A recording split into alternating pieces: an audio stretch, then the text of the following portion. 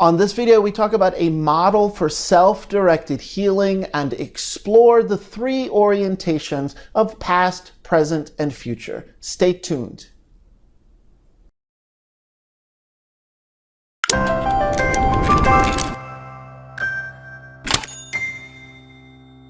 Welcome to The New Love Addiction. I'm Alan Robarge, a relationship coach and a psychotherapist, and we're going to talk about creating a model of self-directed healing. Explore how we do this, why we do this, and then very specifically focus on a tool that you can use that I'm calling the three orientations of past, present, and future.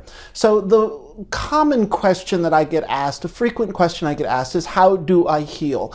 And a person might share details, they might share symptoms, they might share a situation. It might be very specific, it might be generic. But the question inevitably comes back to, how do I heal? Or it could be, how do I heal from this? How do I heal from that? And the answer to that question is, I do not know. Ultimately, no one knows. And it's important that you discover, that you create some intuitive knowing to help you begin to answer that question. Another way to answer the question from my vantage point, if I'm being asked it, is to say it depends. It is so challenging. If I'm asked the question, how do I heal? The question is, well, it depends. It depends on a whole myriad of moving parts. It depends on your skill set. It depends on your development, depends on your history. And most importantly, it depends on what output or outcome, not output, but what outcome do you want? What you do today, now, and focus on for your healing is influenced by what type of outcome are you trying to create. Many people reduce it down to symptom relief, that they just want to feel better. They don't want to be in pain. They don't want to be suffering. And that is a very important something important to achieve in life, and is very helpful, that if we can have the least amount of suffering so we can move through with ease. But if we don't go to the deeper place, the deeper levels, the deeper understanding of what is actually operating that's creating the suffering, even if we get symptom relief, chances are we are going to encounter either a new flavor or a new experience of suffering, or the old one's just simply going to return. And all we're doing on the surface is managing the intensity of our discomfort. So a model of self-directed healing acknowledges that another person, a therapist, a guru, a spiritual guide, a counselor, another person does not have that answer for you. Of course, there are many people who are intelligent. There are many people who have some information. There are people who have tools that could teach you tools. And I hope that I can perhaps be one of those people for you, that I can offer you some guidance and clarity around where you place your focus. But the ultimate conclusion, the answer to the question, how do you heal? That is going to come from within you. Another reason why it is so important to create a model of self-directed healing for yourself and begin that path of maturity, begin that path of healing. The reason why it's so important is because we don't want to be dependent on someone externally telling us what we need for our own sense of self. A path, a model of self-directed healing is going to reaffirm and strengthen your sense of self, so that you, in fact, are the guide. You, in fact, are coming from your inner therapist. You are coming from an intuitive wisdom place, your intuitive knowing, your watcher self, your observer self, the part of you that is able to tap into some insight. And at times that insight will seem beyond you. It will seem like the collective unconscious. It will seem transpersonal. It will feel spiritual. It might even feel divinely sort of inspired by some divine direction.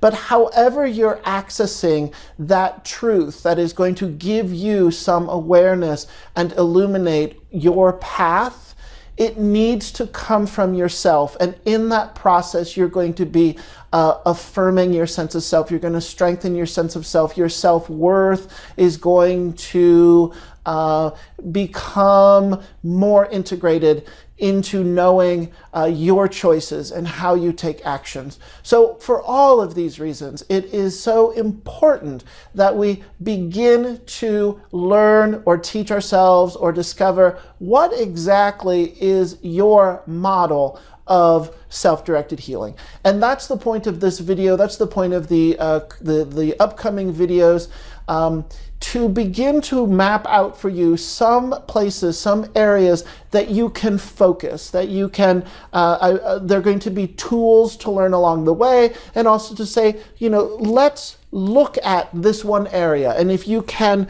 make some choices in these other areas as you begin to construct a roadmap or construct a plan, it will reveal to you from your own wisdom, from your ability to just discern and have insight, it will reveal to you the answers to your question, how do I heal? I created a recent previous video beginning to share this information. And I want to recap quickly the beginning of this process of a model for self-directed healing is that you need to commit to a healing lifestyle. And I explain that more on that video. For a quick summary in this moment, think of a garden. If you plant seeds in a garden and then you ignore the garden for 3 months, and at the end of the season when it's time for harvest, if you show up expecting to find a garden that is going to bring forth some nourishment, due to logic, we all can imagine in this situation that your garden would be totally run ragged and not produce any real fruits and vegetables that you would be looking for. That's true of healing. You need to adopt a healing lifestyle. This is not part-time. This is not when it's convenient. This is not only when you're in pain and suffering. This is a way of life. If you do not initially have that kind of a very honest conversation with yourself, if you're willing to enter a healing process, if you're willing to live your life on the path of healing, and you can say yes, then you can move forward with this idea of creating a model for a self-directed healing plan. If you're not committed, then it's not going to work for you. It's not going to produce any real clarity. It potentially is just going to create more confusion. The next thing I talked about in a previous video, which is sort of the next piece of the puzzle, the preliminary setup to a model for self-directed healing, and I've already mentioned it briefly or made mention to it here already, is that we need to cultivate our intuitive healer self. We need to cultivate that part of ourself that can access wisdom and to discern, do I turn left or do I turn right? And I understand that not everyone has access to your intuitive healer part. So there are things we can do to court that. There are tools and exercises that you can begin to drop into experiencing what is this wisdom part of yourself? What is this intuitive healer self? What is your inner therapist? We could call it your inner therapist.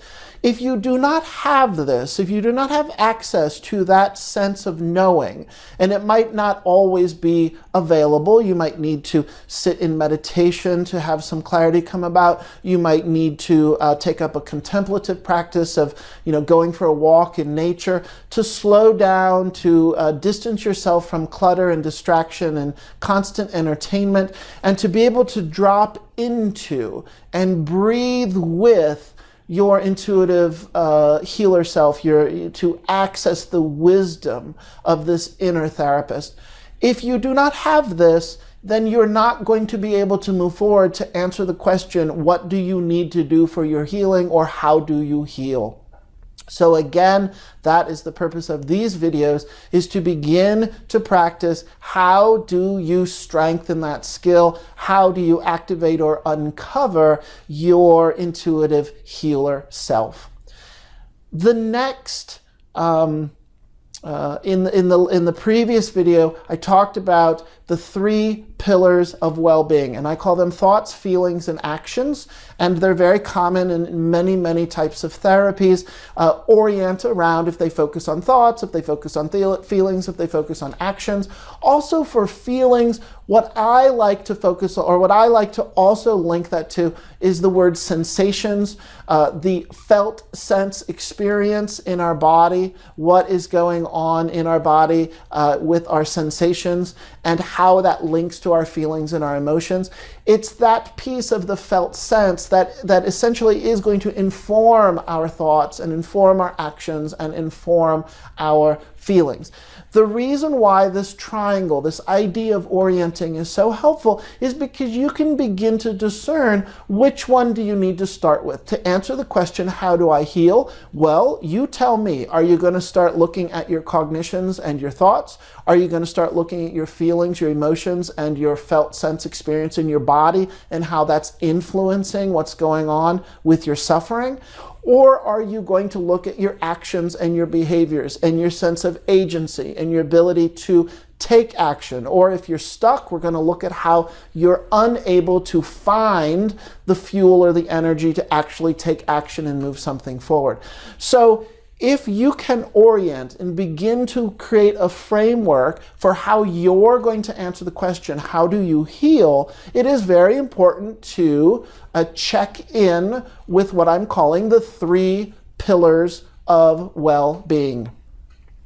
For this video, I want to introduce another tool and another framework to think about as we begin to cultivate our own path of a model of self-directed healing.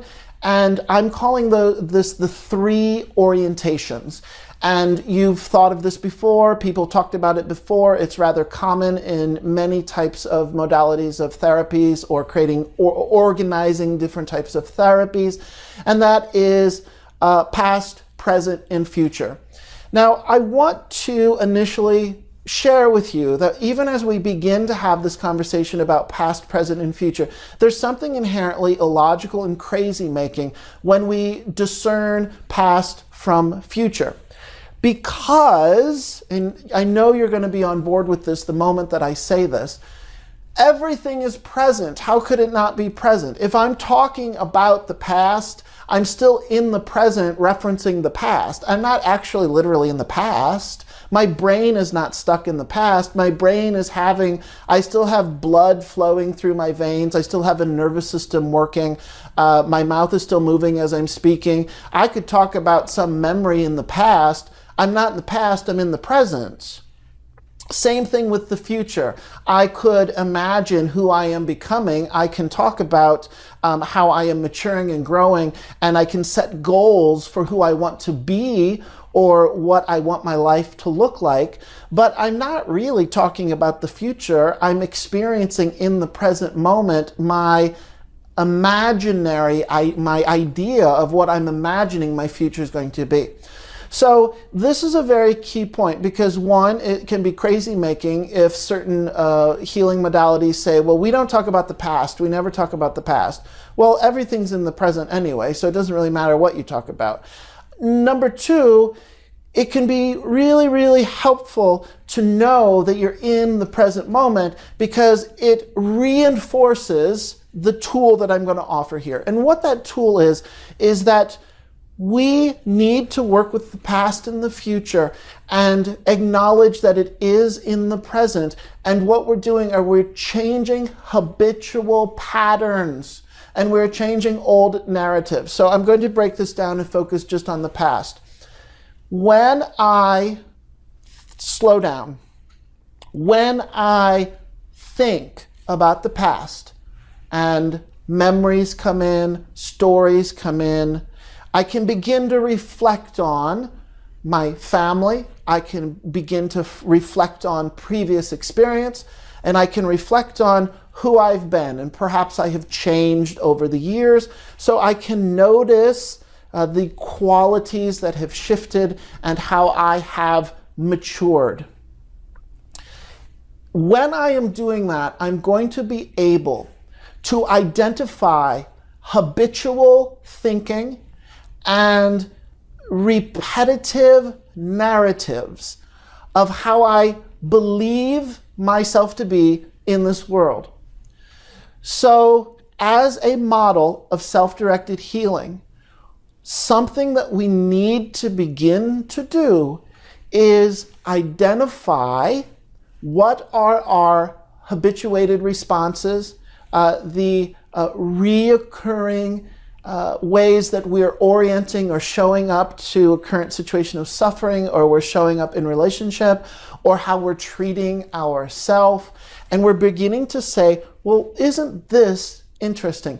There is a pattern here.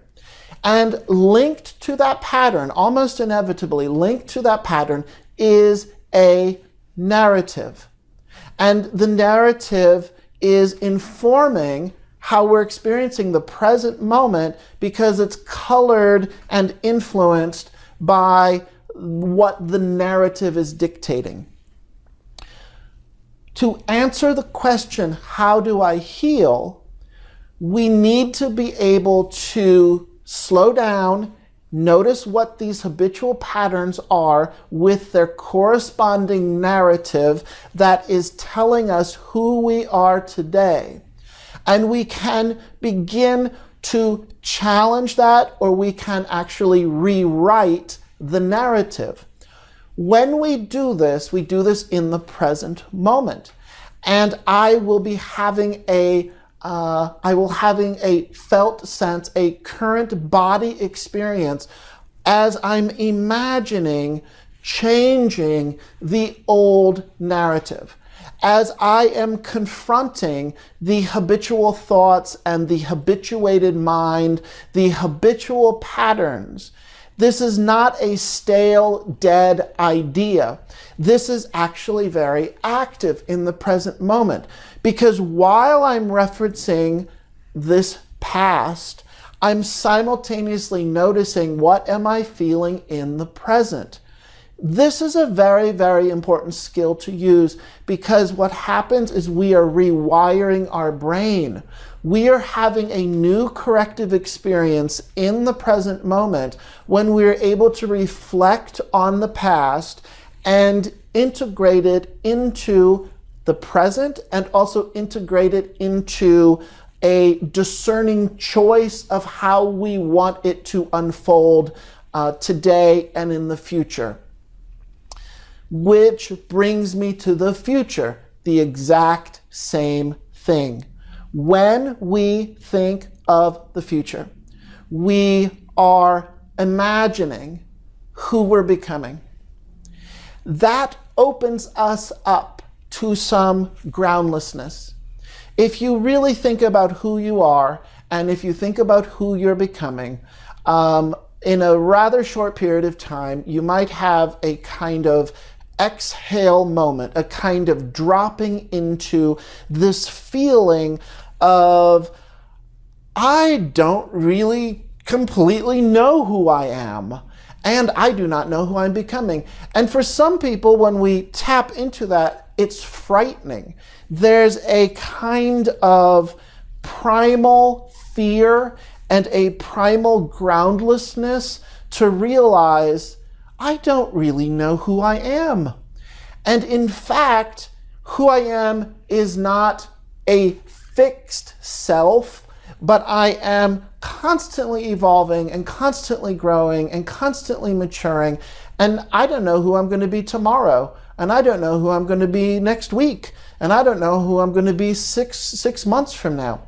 The beauty of this reality, of this constant always becoming, is that's how we heal. That's how life brings, such great morsels of excitement and these moments of a bright surprise, some of which scare the pants off of us, and then also some of which would really inform, help us feel alive.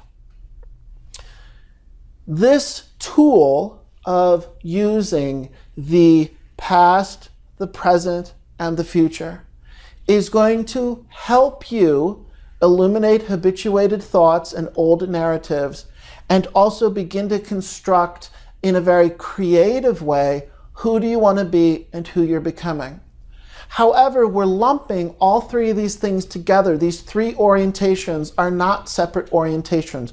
They're actually all one, because the place that they're all connected is in the present moment. That, to repeat myself, when I'm connecting to the idea of the past, I'm doing it through the present moment. And when I'm connecting to my idea of the future, I'm doing it through the present moment. I want to acknowledge, over the years of working with clients, there is a challenge here. And one of the challenges is that this idea of beginning to orient to who we've been and who we're becoming, and use it as a concrete tool, a healing tool. If you have an aversion to entering the unknown, if you have an aversion to feeling the feelings that come with uncovering these little surprises as you start to explore your process, as you explore life, as you explore your wounds, as you explore the parts of you that are hurting. If you fundamentally are guarded and have an aversion, then this tool, this beginning to want to re-script and integrate new aspects of how you're orienting to self in the world, is not going to happen very much. I can't say it's not going to happen totally, but if you have an aversion to dropping into the places that scare you, then this work is not for you. It requires a skill to tolerate some of the intensity of what I like to call sitting in the fire. And healing work is profoundly courageous, and the people who embark on healing work are actually the strongest people that I know. However, this is not a kind of street fighter strength. This is not a kind of flex your muscle strength. It is a paradoxical strength. It is a strength that comes from softening. It requires this incredible amount of courage and strength to enter my weakness, to enter my tenderness, to enter the place where I am very soft and where I need to be in relationship with my wound. If you do not know how to do this, if you do not fundamentally are on board and willing to do this, then having a model of self-directed healing is not going to serve you very much. Or if you realize that you don't have this, but you would like to continue on a path of creating a model of self-directed healing, then that answers your question. How do you heal? Well, you need to increase your skill to sit in the fire of the intensity of the emotion. And there are things that you can do to begin to cultivate that skill. And again, to repeat, if in fact that is something that you need to work on, well, then that's your answer. That's how you heal. That's the next piece of the puzzle for you, or that is the next stone. If you're walking through a river, there's multiple proverbs. Some of them are from Native American cultures, some of them from Eastern cultures, but this idea that when you're on a healing path and you're in the middle of the river, the stone will appear. You don't really know what is the next step, but once you get out in the middle of the river, or you're walking across a brook, and there is a stone, and you can step on that stone. And prior, you couldn't see it. So that might be the next stone for you, which is to strengthen your ability to feel the intensity of your weakness, to work with the pain of uncovering your wound as you go into your healing process. Another way I like to frame this is I call it emotional surfing. And the waves of emotion will come in, and sometimes they'll just kick your butt, and they will, like if you're surfing, a wave of emotion comes in and it will pull you under into the ocean. And keep in mind as I share this, I've never in my life once surfed, so I'm giving you imagery of that, what I'm imagining that it's like. But having the skill of emotional surfing is a foundational skill that you need to move through your healing process. And if you do not have the skill to know how to ride a emotion, the intensity, breathe through it. Although I've never given birth, I could imagine this whole idea of breathing and working with the pain. Essentially, that's what it's like. The emotional surfing means that you're able to find some centered place and move through the process so that you can come out the other side, or until the wave is not as intense. And again, if you do not know how to do this, that's your answer. That's the next piece of the puzzle for you on your very personal, unique path of healing. This is the end of the video. I will repeat that today we're talking about what I call the 3 orientations: past, present, and future. And it's very important to know how to discern and work with all 3 of them. And when in fact we're working with all 3 of them, we're really just working with one. And what that means is we're working in the present moment. I can use an example of a religious ceremony. I imagine you can relate. You have been to a church or to a religious ceremony that feels stale and dead and lifeless. And in this moment, my example really doesn't have anything to do with religion or a church. I have stumbled upon this idea, and I think many people can relate to it. Many people know what it's like to be at a religious service or a religious ceremony, and it just feels so stale and lifeless. And people are going through the motions, and they're reciting things, and there's activity taking place, but there's no life. There's no life force. I use that example because that's what we need. We need the opposite of that. We need life force. We need to feel energized and inspired and activated when we are doing this healing work. And I bring this example up specifically about working with the past. Many therapists, many people get stuck on either believing the past is stale and lifeless, or when they begin to talk about it, they're only referencing it in this orientation of the past, that even their presentation is dead and lifeless. That is not what I'm talking about. I'm talking about when we use a piece of information, when we access a memory, when we notice some habitual thinking or an old narrative that is influencing who we are today. We're trying to find the way that activates the energy so that that narrative is alive in the present moment. If we do not do this, then we are just telling a story about our life. If we do not do this, then we are just recounting an old, stale memory.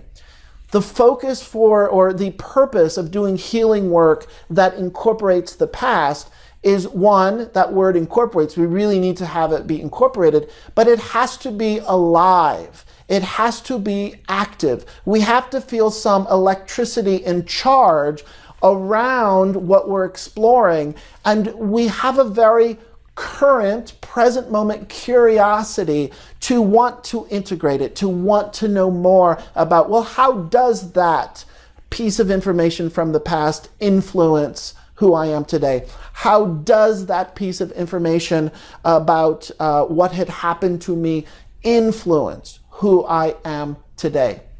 So thank you for watching this video. I hope it is important. I hope it is helpful. It is also just really dense information. So in the future, I'm going to be creating outlines and PDF documents and mapping this out in a lovely little recipe so that you can pick and choose pieces of the recipe. But for now, these videos are laying the framework and beginning to get the juices flowing and to start thinking about what pieces, what tools do you need to assemble along the way, what framework do you need to be able to answer your own question. You must answer the question, how do I heal? So I support you. I hope that this is inspiring. I hope you feel inspired to activate that inner wisdom that you have and activate your inner therapist, your healer self, so that you can take this tool with you anywhere. You can take this tool with you for the rest of your life. And if you have this, yes, it would be important to see a therapist from time to time. Yes, it's important to do community healing work. But if you have this piece, you could always rest assured that you're able to take care of yourself. And then you're not dependent on a therapist. You're not dependent on a healing community who needs to tell you what to do. You're going to be self-directed. So I honor that part of you. I hope you feel inspired. I hope that you can activate and activate this inner wisdom self and also commit to a path of healing. It is necessary. Your life depends on it. And there are more videos to come. Lastly, subscribe to this YouTube channel. More videos are happening soon. Also, if you want to learn more about me, please do at alanrobarge.com. And I will see you next time. Thank you. Bye.